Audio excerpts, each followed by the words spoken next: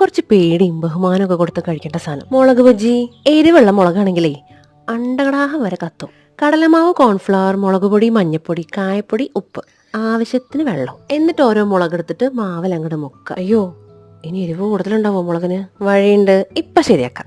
മുളക് അങ്ങോട്ട് പൊളിച്ചിട്ടേ അരി അങ്ങോട്ട് വാരിക്കളയ. പ്രശ്നം തീർന്നില്ലേ? ഇനി മാവില് മുക്കാലോ? ധൈര്യമായിട്ട് മുക്കിക്കോ. മാവ് കലക്കുമ്പോഴേ പുഴ പോലെ കലക്കരുത് കേട്ടാ.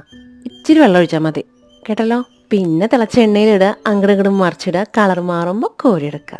അങ്ങനെ നമ്മുടെ മുളക് ബജി റെഡി ആയിട്ടുണ്ട് കേട്ടോ. അപ്പൊ എന്താ, കഴിക്കല്ലേ? ചമ്മന്തി ഇല്ലാണ്ട് എനിക്കൊന്നും വേണ്ട മുളക് ബജി. ചമ്മന്തിയോ പറയണ്ടേ? ഒരു കുഞ്ഞു സബോള, ഇച്ചിരി ഉപ്പ്, കാശ്മീർ ചില്ലി, പഞ്ചസാര, ഇച്ചിരി വിനാഗിരി.